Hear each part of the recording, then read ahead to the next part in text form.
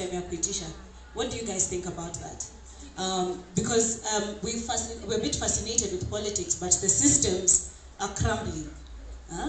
So kunaendaje? Nyi wase mtaduaje hapo your story? Who wants to go first?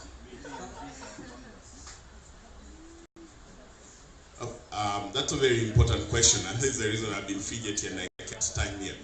Because I'm actually being waited for in Parliament by the doctors. They're bringing a petition to Parliament. We've already given the Speaker a motion to adjourn to discuss an issue of national importance. We will discuss it. It's not that we don't want to discuss it. You know, sometimes also you must respect processes and institutions. We have the new generation of politicians who don't just cry and talk for the sake of talking. Sometimes you listen and you think and you do more than you talk.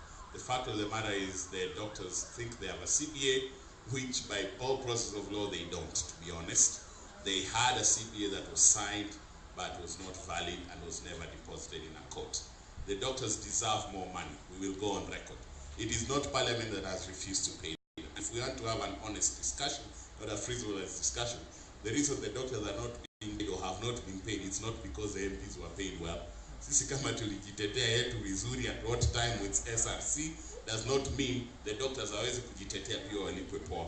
They can bring their issue to the budget, and I can assure you health is one of the 4 key pillars in the KYPA strategic plan. It's in the Jubilee manifesto, it's in the ODM Core manifesto. We can pass the budget once we know we've been asked. This has been done. We did the same for TSC. Once they did their agreements with SRC, with TSC, the teachers' unions, they brought it to Parliament, and now we have a plan where for the next 5, 6, 7 years, teachers don't have to go on strike because of money. So Parliament has to budget based on things, and we will take this issue seriously. And I can tell you, it is not because parliamentarians are well paid or decently paid, that's why MPs are not, doctors aren't being paid. We will listen to the issues and we will make sure they are also paid fairly based on an agreement that is legal and protects them and stands for the next 5, 7, 10 years. So I just want a quick follow-up to that.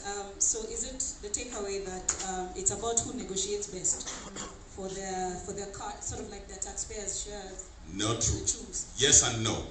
They must follow our process. You know, if we ask the common mwananchi what is a CBA, some know, some don't know. But you negotiate as groups and you come with a collective bargaining agreement. The doctors' union get their agreements and salaries done that way.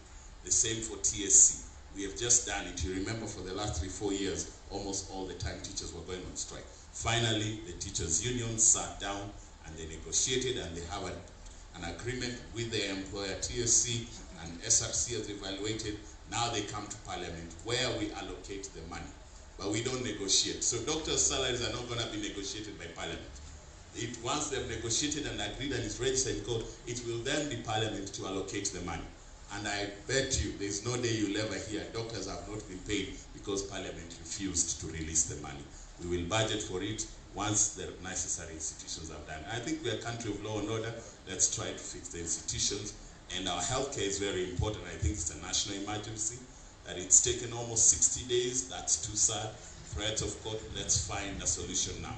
And we will pay attention to it in the national assembly. Watch this space. Even tonight, I'm sure it will be the story in the news. Okay, I want to also make maybe my view on the same, and I agree with first of all, the people who are suffering are people who cannot afford private healthcare in this country.